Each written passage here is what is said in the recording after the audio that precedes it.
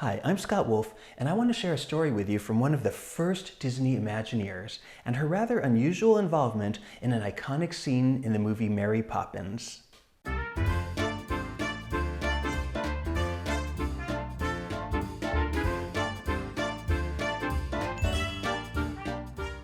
Harriet Burns started working for Disney in 1955, and while she was initially painting sets for the Mickey Mouse Club TV series, she ended up working on everything from Sleeping Beauty Castle at Disneyland to the Haunted Mansion, Pirates of the Caribbean, It's a Small World, and not just things at Disneyland, but even Walt Disney World and Tokyo Disneyland.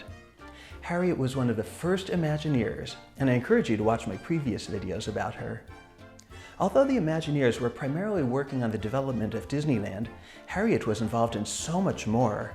I loved talking to Harriet and hearing her great stories, and she had plenty of them because she was involved in so much. She also had wonderful and sometimes funny stories about Walt Disney himself, and I'll play one of those stories for you in a little bit. Walt was also fond of Harriet, and you could often see Harriet behind Walt in his television shows. This clip is from a 1961 show called Disneyland 61, an episode of Walt Disney Presents. There's Harriet behind Walt. She worked on many of the initial scale models when designing an attraction, such as this mountain from the Mine Train through Nature's Wonderland. The models were built with intricate detail to get an idea of what something will look like and to be able to change it if necessary before it's built at full scale. I've always had a hard time describing what Harriet did.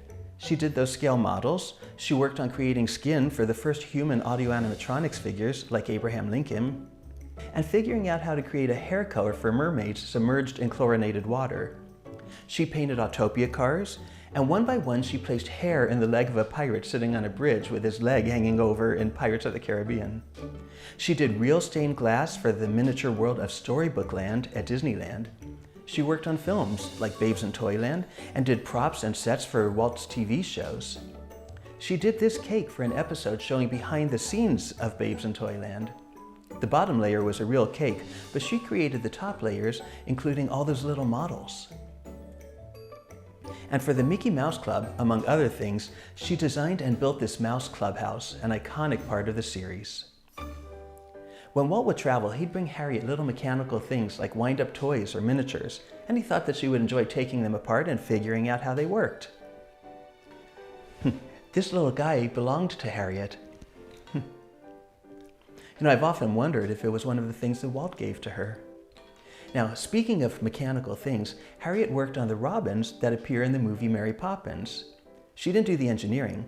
One thing she often did was to figure out how to dress the figures, whether it was skin, hair, fur, clothes, or in this case, feathers. And it wasn't just about putting a material over a robotic figure. For the Disney parks, these had to work on bodies that would withstand moving every day over and over and over again. She also had to be very precise in everything she did because Walt always insisted on quality. That was the case with the robins in the movie Mary Poppins. Harriet told me about the challenges that she had creating this robin for the movie and how much Walt liked it.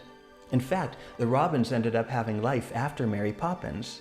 They were then used in the original Carousel of Progress attraction. The Carousel of Progress debuted in 1964, the year that Mary Poppins was released. It was at the New York World's Fair before being moved to Disneyland in California. The robins appeared in the window behind the audio animatronic's father in the show. Well, the robins are back. That's a sure sign of spring. What year is it? Oh, just before the turn of the century. Now I'm going to play some audio so you can enjoy the story of the robins directly from Harriet. Once again, the quality isn't great because I never intended for these to be heard, but I hope that that doesn't detract from your enjoyment of this remarkable lady. A robin is a federally protected bird, and you can't get a robin skin.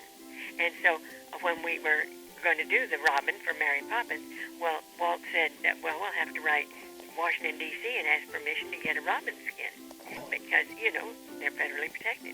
So they wrote Washington, and they didn't hear, and they didn't hear, and they didn't hear. So then he said, well, write again. The movie's half shot. We've got to hurry this up. So they wrote again, and they didn't hear. So he said, look, we've got to do something. So one of our fellows had come from the Natural History Museum, and he said there's drawers of bird skins there. And he said, we can get one of those if we can make a deal with them probably. So they did. They gave so many tickets and stuff. So they gave me a robin skin, but it was an old robin skin from 1893, and it was packed in arsenic. See, they have to pack them in arsenic to keep the bugs out of them. Wow. You know, because moths and larvae and all sorts of stuff get in there and eat the skin and stuff. And I had to have real feathers for the wing and the tail. I made the rest of it synthetically, but this is a close-up that's blown up on screen. It's big. Oh, yeah. You have to see real feathers. And so I had to get those feathers. Well, anyway, we finally got the feathers, but it was packed in arsenic. And so I had to work with this yucky old arsenic-covered bird skin. And then, see, in the long run, I had to do 5 of them. You know, we always did a duplicate in case something broke down in the middle of something. And then there was the nest behind. She looked out the window, and there's this nest of robins, and the one comes and flies onto her finger. She wore a ring, and the ring had a brace up the bottom to the little, where the little paws would fit over her finger. And that's how it was supported on the hand, but you couldn't see that. Isn't that amazing how much detail went into that bird and that it had to be an actual robin skin? Walt always wanted the best quality. Harriet had great Walt stories, and she said it was often so evident that he was really having fun. I'm going to let you hear a little more of this conversation where she talks about Walt. Walt would come in when I was working on it, and he loved to show it off to, you know, like the head of Monsanto or whoever he was escorting around. Yeah. And so he would put the ring on, and he would talk to the robin, and he'd say, have you met Mr., you know, Huff and Puff here? Well, I had a brain, which is about 16 inches cubed. Of course, in that day, we were so crude.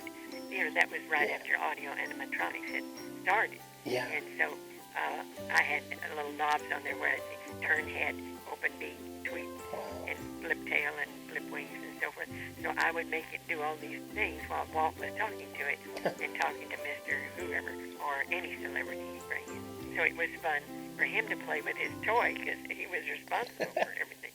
But that's the story of the robin. Did it smell that whole time? No, it didn't smell. Of course, I had to vacuum it out and everything else, you know. Yeah. But, you know, I wanted to get the arsenic off. Yeah. And I did. But it was yucky to work with because, you know, I wasn't thrilled about having arsenic on my old lace. Oh, yeah.